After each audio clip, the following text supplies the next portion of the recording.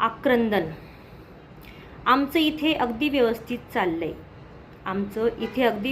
चाललंय. संवेदनाहीन कोशामध्ये आम्ही स्वतःलाच गुरफटलंय.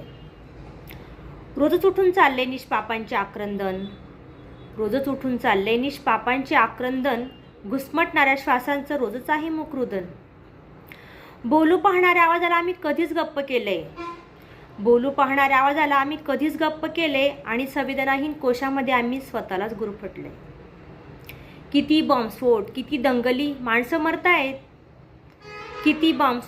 दंगली, माणसं मरतायत. आपण त्यात नव्हतो ना. चला आजची रात्र टळू देत. उपोषणं होतात, मोर्चे निघतात, झुरळं चक्क रस्त्यावर येतात. मत, विरोध, अजेंडा, धर्म, चर्चा बिर्चा नकोच काही. मुद्दा प्रश्न खड्ड्यात गेले. हे तर नुसते देशद्रोही. निर्लज्जपणे आम्ही स्वतःलाच ठासून सांगितलंय आणि संवेदनाहीन कोशामध्ये आम्ही स्वतःलाच गुरफटलंय. मनामध्ये प्रचंड भीती, काय हा जीव उद्या पाहिल. सांगताय कोणाला लोंबकळा ट्रेनला आजची भाकरी कोण देईल. तसा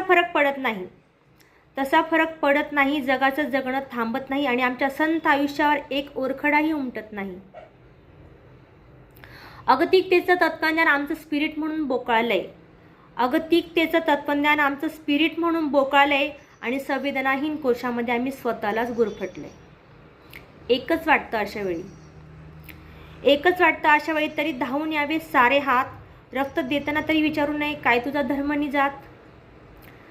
रक्ताचा रंग सारखाच असतो हे खोल कुठेतरी